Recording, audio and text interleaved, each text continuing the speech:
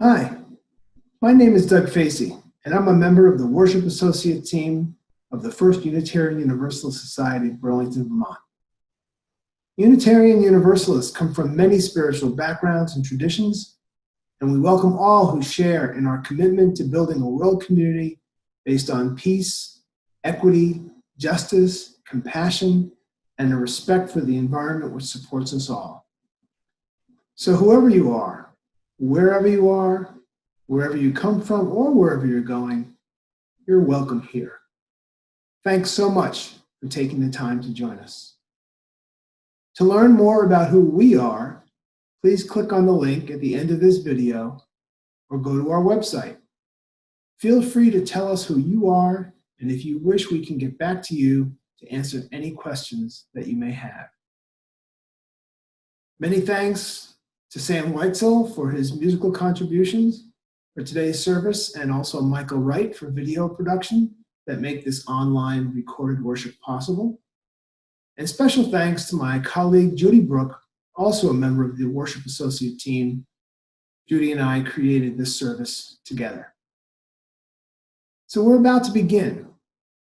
So get a chalice or a candle if you wish, maybe a beverage, and get comfortable. Although we are physically apart, we are united in spirit and in our care for one another, our community, and our world. Come, let us worship together.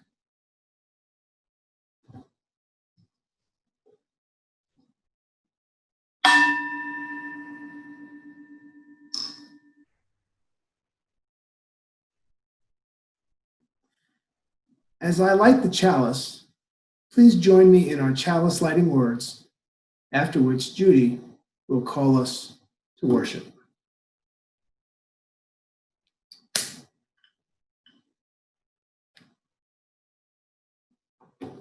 We kindle this chalice flame to remind ourselves of the light of truth, the warmth of community, and the fire of commitment.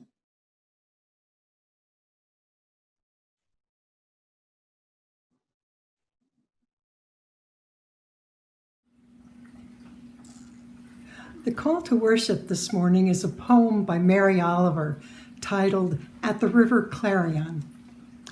I don't know who God is exactly, but I'll tell you this.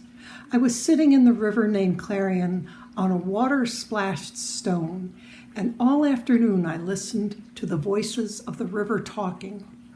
Whenever the water struck a stone, it had something to say, and the water itself, and even the mosses trailing under the water. And slowly, very slowly, it became clear to me what they were saying.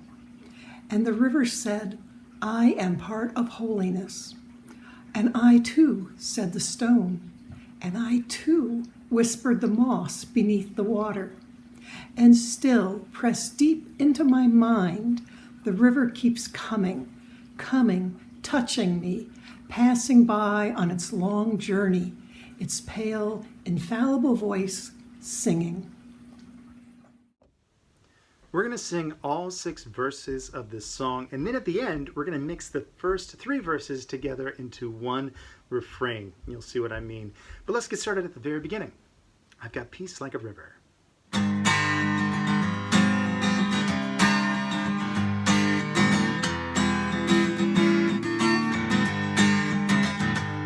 I've got peace like a river, I've got peace like a river, I've got peace like a river in my soul.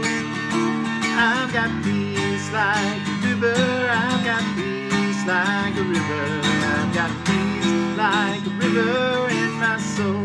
I've got joy like a fountain, I've got joy like a fountain, I've got joy like a fountain in my soul.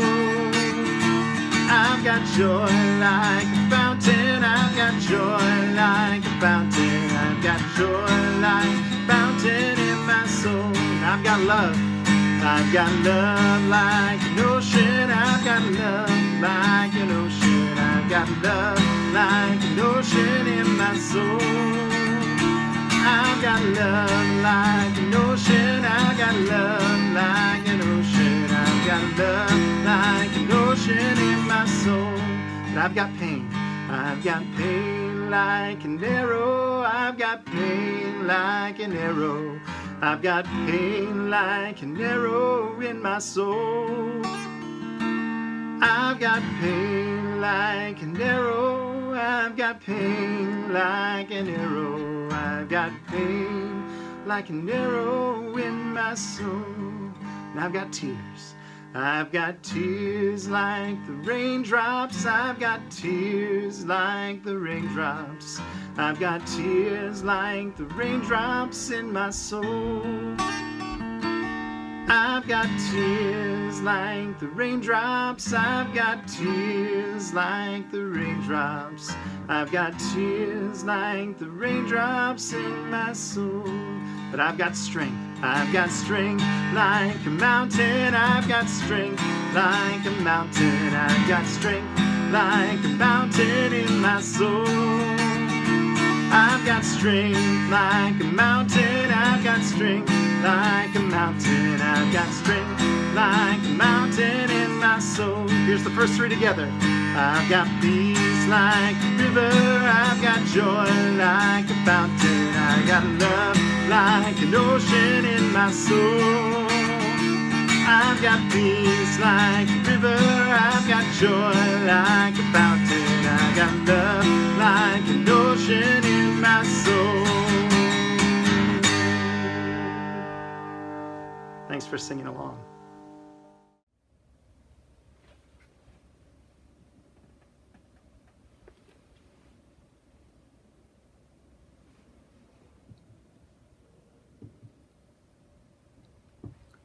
Good morning. My name's Judy Brook. I'd like to welcome you to my watercolor studio. I spent the last 6 weeks taking an online course on painting seascapes. And this morning I'd like to offer to you a story about the origin of water. This is a story told by the Gros Ventre of central Montana. It's similar to stories told by tribes known as Arapaho, Cree, Huron, and Iroquois. My source for this story is the website Native American Languages of the Americas, run by Indigenous people. The creator, who I'm painting here, was very disappointed in the people that he had created. And he caused a major flood to cover the earth, killing off all people and leaving just himself and Crow.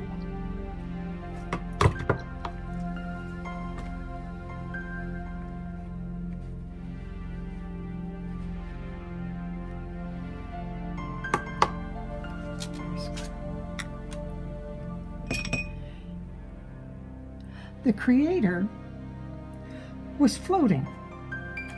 He floated on a buffalo chip, which we know in Vermont as a cow pie or a meadow muffin. And he floated and floated and floated for a long time on this world of water with no land in sight. But Crow had to keep flying, and finally, tiring, asked for a place to land. And Creator, who'd been sitting on this cow pie, thought about that for a moment. And then the Creator decided, I can do this. And he caused all the water to dry up.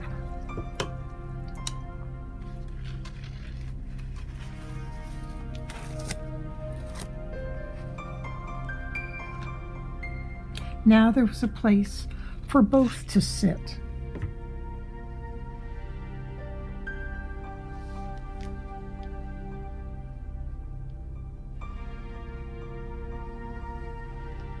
And rest from the waters.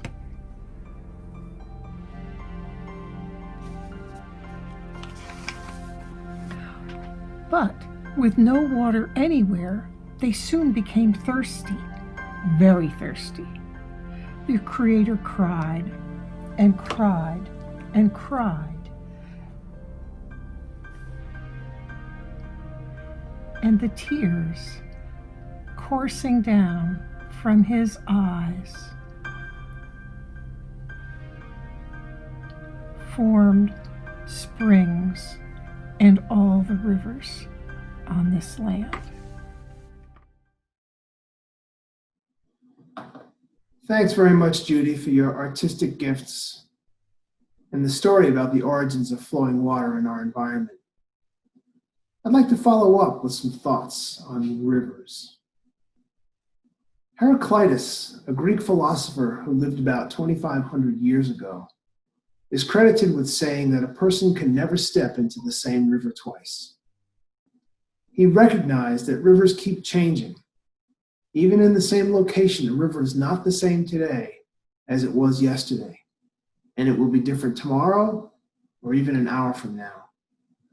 The water keeps moving by, transporting and rearranging particles of sediment, altering the habitat even if only slightly, and changing the characteristics in any given location. Sunlight, heat, evaporation, rain, all of these also affect the physical conditions in a river on an hour-to-hour basis.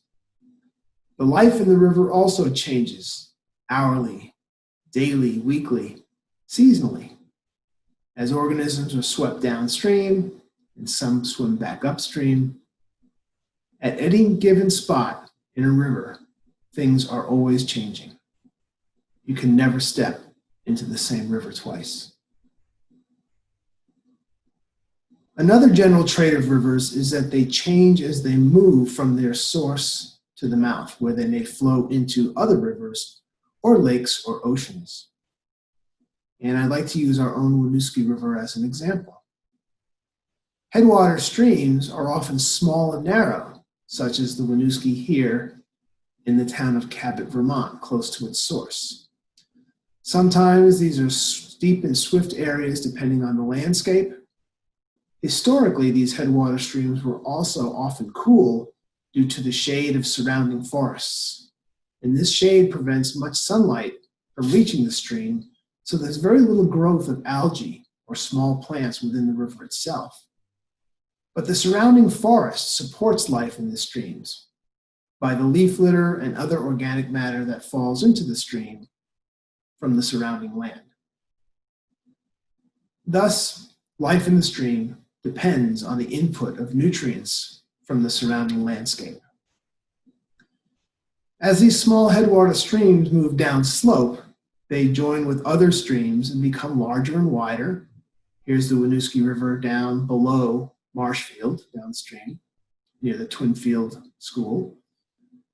This increase in width allows more sunlight into the river, so the nutrients that are flowing from upstream are now joined by production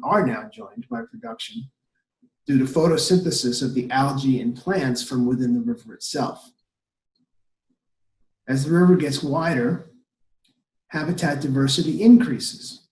Here is the Winooski a little upstream of the city of Montpelier.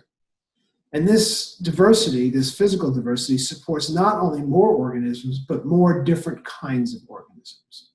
The system becomes more diverse, which makes it stronger. A river continues its path downslope and continues to grow as it is fed by additional rivers and streams.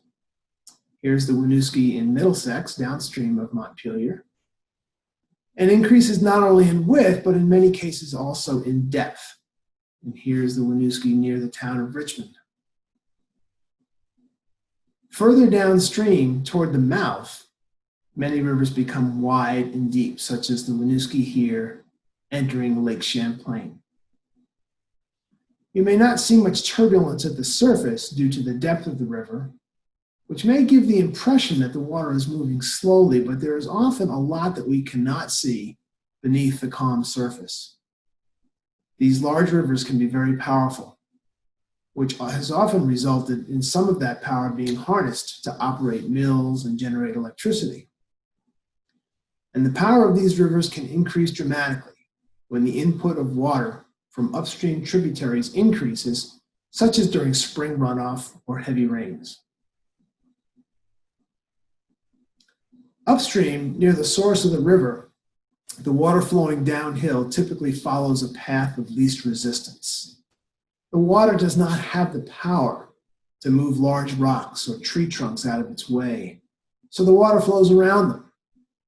But as the river flows downstream and it is enhanced by the merging of other small streams, it gains volume and gains power. It develops the ability to move large objects, especially during periods of high flow, and sometimes will create its own path. In some ways, the changes that we see in rivers also apply to social movements, such as what we are seeing around us in society today. When things first started out, there may have been no reasonable choice other than to follow a path of least resistance to accomplish at least what was possible. Like small creeks flowing around boulders, but still finding their way down slope. But over time, small movements can grow, merging with other small groups, fed by people and the resources around them, and like a river, more can be accomplished with more power, resulting from more support and more resources. And at some point, the rocks and the tree trunks that were too big to move in the past can be worn down by erosion and decay and shoved out of the way, and a new path can be created. It takes a lot of water to push boulders aside, but it has been done, and it will be done again. In other ways, the changes in a river from its source to its mouth are similar to the changes in our own lives. Things are always changing. You can't go back. There is only forward. We can't change our past, but we can help shape our future. Early in our lives, we don't have a lot of power, and we are not very independent. So we follow paths of least resistance and rely on resources from our families and the surrounding social landscape. As we grow, we gain more power, more independence, more experience, more knowledge. There can be turbulent times, such as rapids in a river, but then there are quiet times as well, like the deep pools, times to catch our breath, perhaps before encountering another set of rapids. And as we move along in time, like a river, we are never the same person that we were the day or the week before. And we will be different tomorrow and next week. How much different is up to us. As we get older, we may appear calm at the surface, but there is a great deal of depth and potential power if we choose to use it. Now, let us enter together into a time of reflection and meditation, which will end with the chime and be followed by the offering. So please settle your minds, take a deep breath, breathing in the breath of life, breathing out the breath of peace, and come now into a place of holy listening. As we enter the silence, let us hold in our hearts our own personal joys and sorrows, as well as those of our community, keeping in mind that the joys and sorrows of each of us are the joys and sorrows of all of us, reminding us of our shared humanity.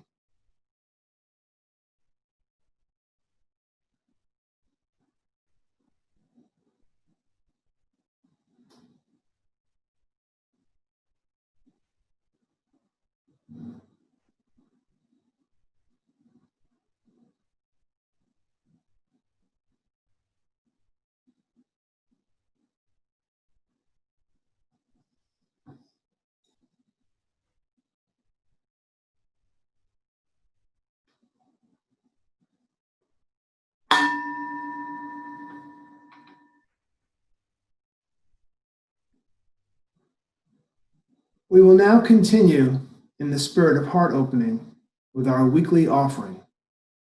In keeping with this summer's focus on racial justice, all of the summer's offerings, including today's, will be shared with local organizations led by people of color doing racial justice work in the greater Burlington area and throughout Vermont, including Black Lives Matter of Greater Burlington, the Vermont Racial Justice Alliance, Honor Their Names, and other groups identified by our society's racial justice team. The offering will now be received with gratitude.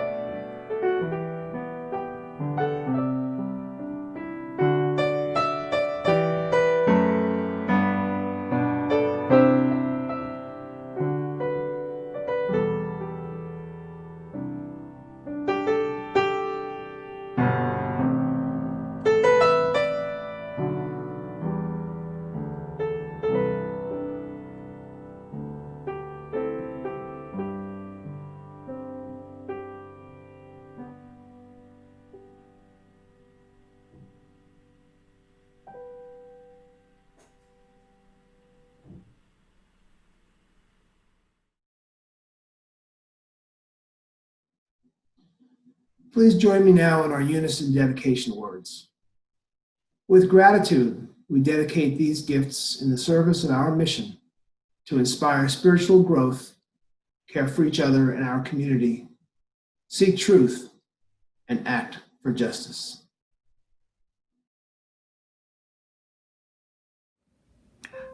Welcome back to my studio. I'd like to continue where we left off, but what follows is my own creation story, not that of any indigenous peoples. The Creator continued to cry, salty tears that ran down, and filled great basins that became the oceans and the great seas.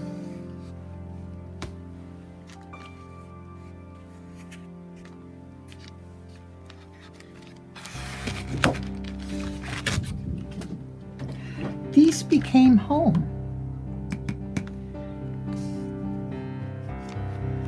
to sea stars,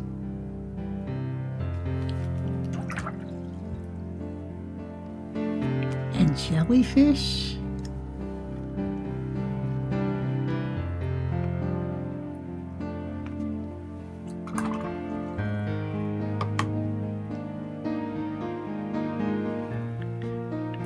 snails,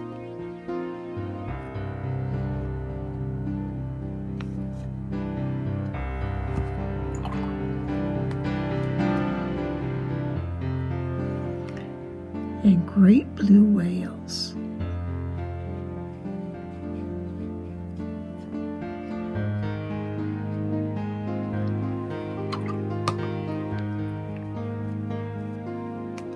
And the Creator and Crow, Creator rose up and danced in joy.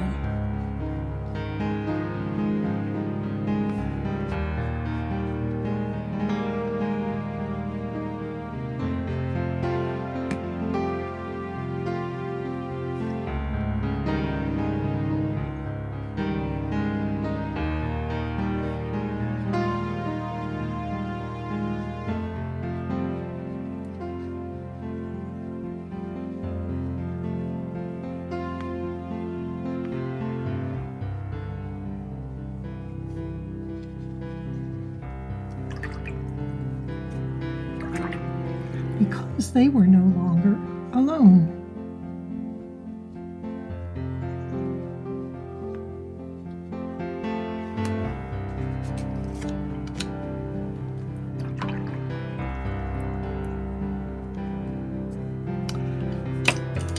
And the sun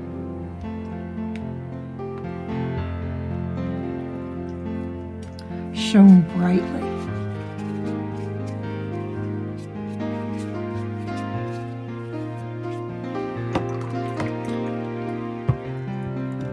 Warming the ocean waters.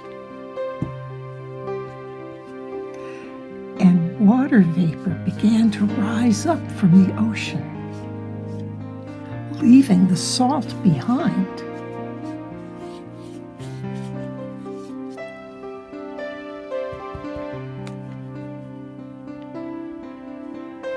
And the water vapor rose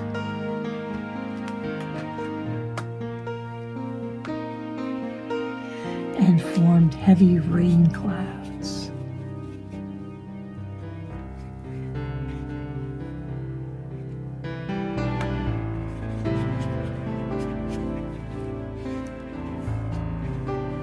Sometimes called thunderheads.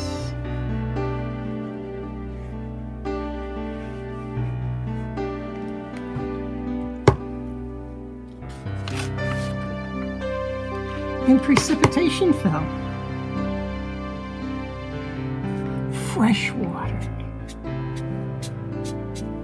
came down.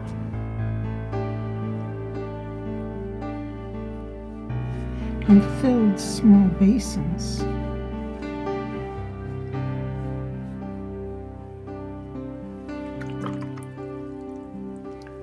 And these became the ponds and lakes.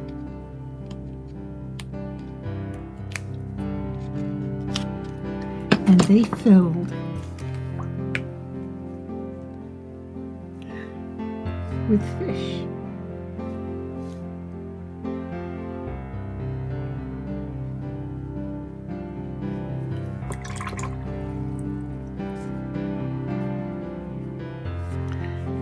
And frogs.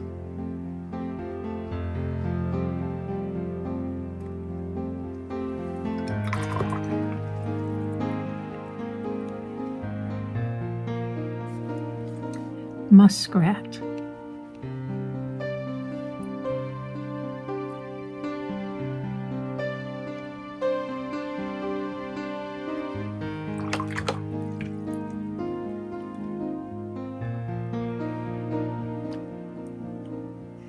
And beaver.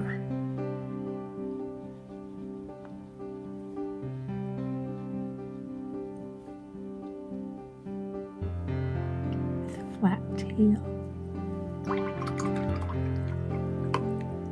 And turtles.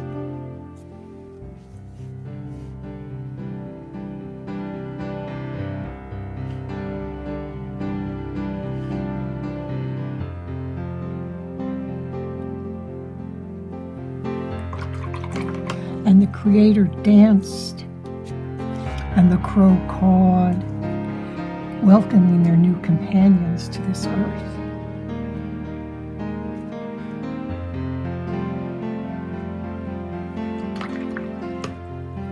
This water cycle of evaporation, condensation, and precipitation, combined with water released from biological processes of plants and animals and other living things, reminds us that Earth's water supply is a closed system. Our planet does not get water from anywhere else. It just keeps cycling the water that is here. The water cycle connects us all. In fact, we are about 60% water. We should dance in gratitude for water like the Creator in the story, and we should be good stewards taking care of this treasured and limited resource upon which all life depends. Our attitudes and actions, like the water cycle, also have a way of coming back around. These include positive actions, such as those based on understanding, compassion, love, and justice, and also negative attitudes such as bias, intolerance, prejudice, and hate. The water cycle reminds us that what goes around comes around. And in the end, we harvest the outcome of the seeds that we plant. As we go forward together, let us sow seeds of understanding and compassion, love and justice, so we might reap what we sow. Our final hymn will be number 100, As Tranquil Streams.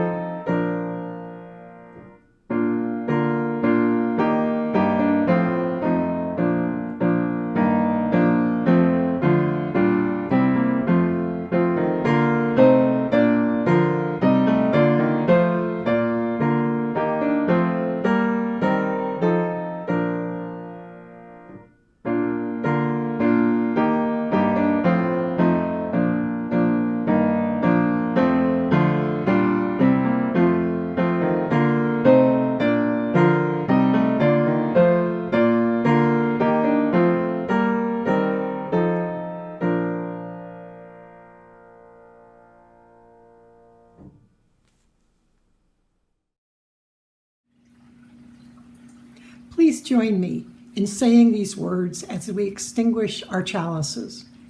We extinguish this flame,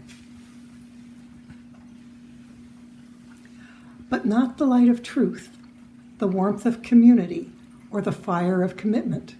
These we carry in our hearts and share with the world until we are together again. The words of the benediction this morning are attributed to the Hebrew prophet Amos, who lived about 2,500 years ago. They are still so appropriate today. But let justice roll down like waters, and righteousness like an ever-flowing stream. May it be so.